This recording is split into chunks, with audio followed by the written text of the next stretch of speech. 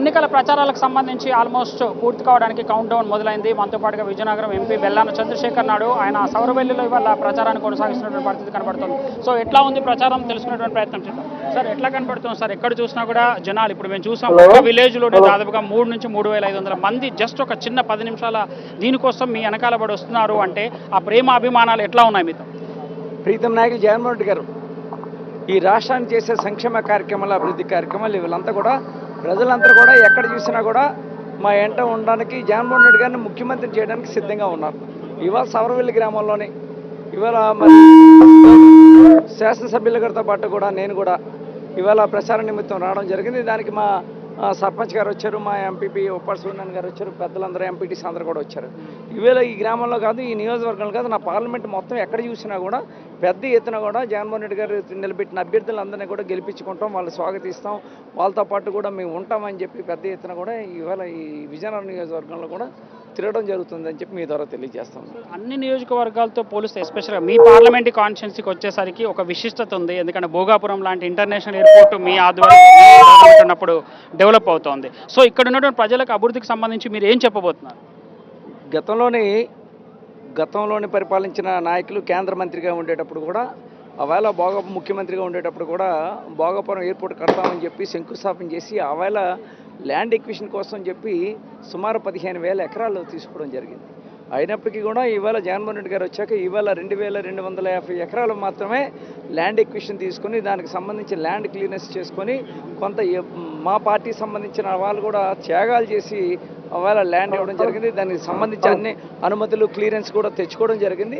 ఇవాళ 25% వరకు కూడా దాని పనుల నిమిత్తమే పనులు శరవేగంగా జరుగుతూ ఉన్నాయి.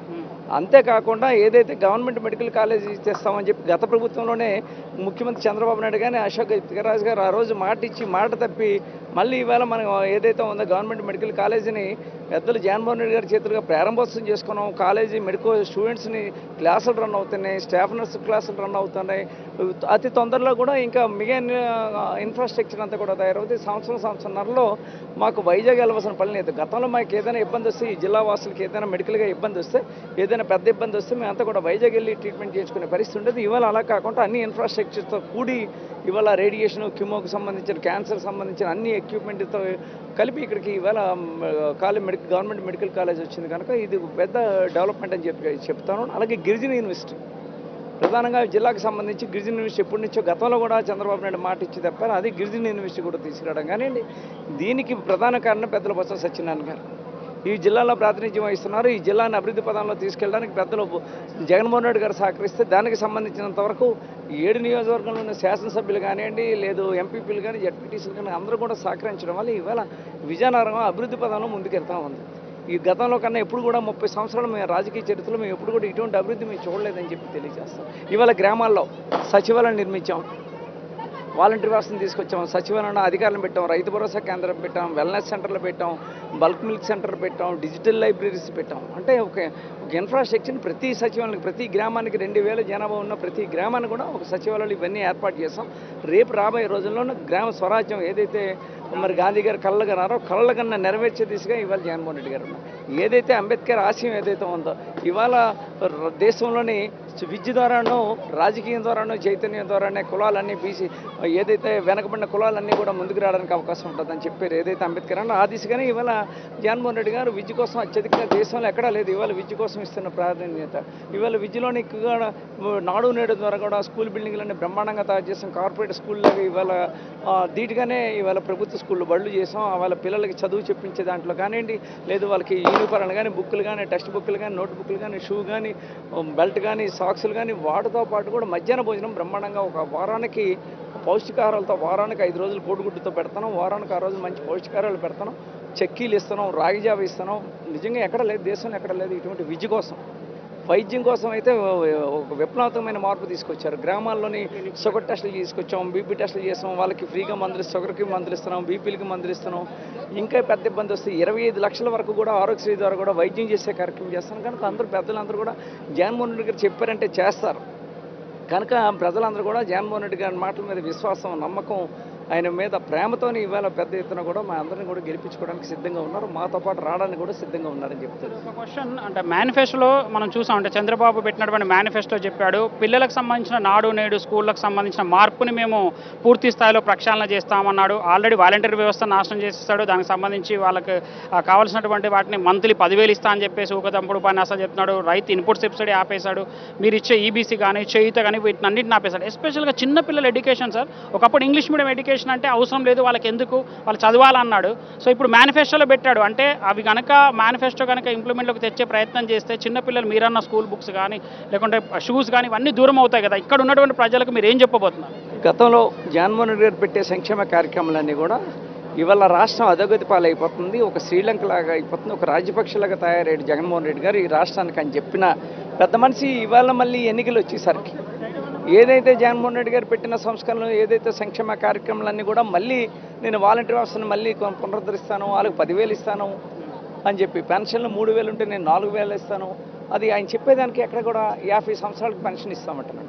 19 సంవత్సరాల నుంచి 60 సంవత్సరాల లోపు వాళ్ళు కూడా 1,500 ప్రతి మహిళకి ఇస్తామంటారు. అంటే పెన్షన్ ఎంత అయింది? 4,000, 1,500, 5,000, ఇది 500. ఎక్కడైనా లెక్క కుదురుతుందా? దానికి ఏంటది? అసలు మేనిఫెస్టో అంతా కూడా ఒక పక్క నుంచి కాంగ్రెస్ పార్టీది, తెలంగాణ తెలంగాణ తీసుకొచ్చాడు, కర్ణాటక తీసుకొచ్చి ఆ మేనిఫెస్టోని చేసే కార్యక్రమం చేస్తాను తప్ప ఎప్పుడు గతంలో కూడా 600 హామీలు ఇచ్చాడు.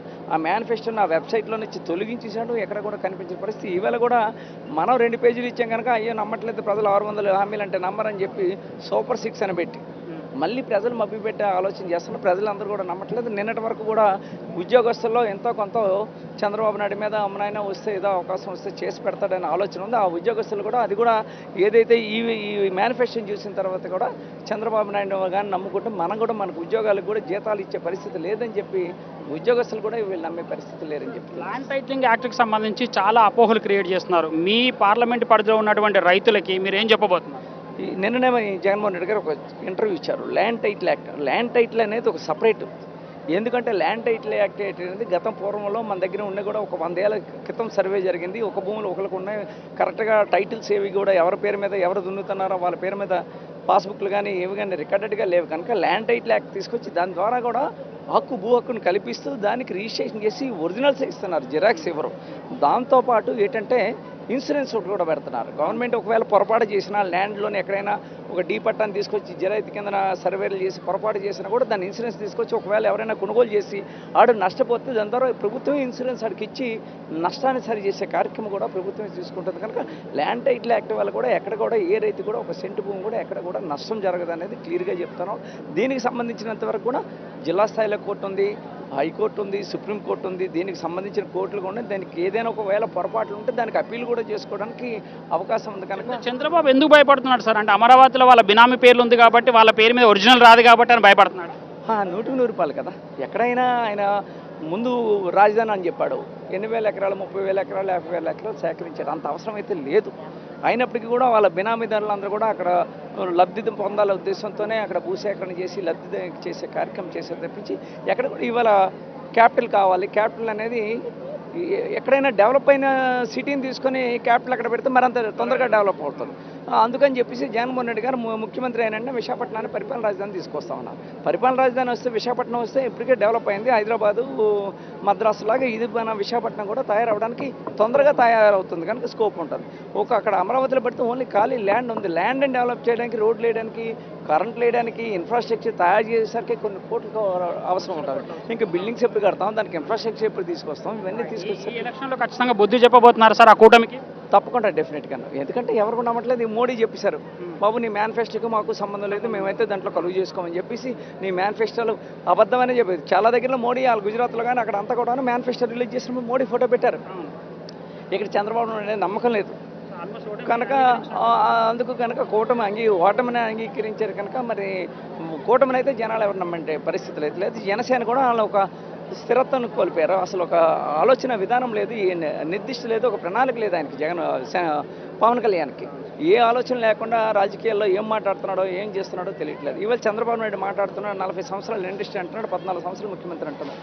ఒకటే చెప్తాను, రాళ్ళు ఇచ్చి కొట్టండి, సైకిల్ మీద తొక్కి కొట్టండి, సైకిల్ ఇచ్చి కొట్టండి, వాళ్ళని దౌర్జన్యం చేయండి అనే పరిస్థితి మాట్లాడుతున్నాడు. కానీ ఎక్కడ కూడాను నేను గత సంవత్సరంలో నేను ఇది చేశాను, ఇది అభివృద్ధి కథ చేశాను, ఈ సంక్షేమ కార్యక్రమం చేశాను, నాకు ఓటేయండి అని అడగట్లేదు. మేము అడుగుతుంది గత 5 సంవత్సరాలు మాకు అధికారం ఇచ్చారు, ఇచ్చిన తర్వాత మేము అభివృద్ధి చేసాం, మళ్ళీ మాకు ఓటేయండి, మళ్ళీ మేము అభివృద్ధి చేసి చూపిస్తామని చెప్పి మేము అడుగుతాం. అందుకు చంద్రబాబు నాయుడుకి మాకు చాలా వ్యత్యాసం ఉంది, అసలు ప్రజలు నమ్మే పరిస్థితి లేరని చెప్పి మీ ద్వారా తెలియజేస్తాం. థ్యాంక్ యూ అండి, all the best. Thank you. So చూస్తున్నాం ఇప్పటికే ఇక్కడ ఉన్నటువంటి కూటమికి సంబంధించినటువంటి ఓటమి కన్ఫర్మ్ అయింది, సంక్షేమ పథకాలు మమ్మల్ని గట్టెక్కిస్తాయని చెప్పేసి బెల్లాన చంద్రశేఖరరావు చెప్తున్నారు. జర్నలిస్ట్ నాగరాజుతో రాజ్ కుమార్. మా నమ్మకం నువ్వే జగన్, మా నమ్మకం నువ్వే జగన్, మా నమ్మకం నువ్వే జగన్. నమ్మకం నువ్వే జగన్, నమ్మకం నిన్నే జగన్.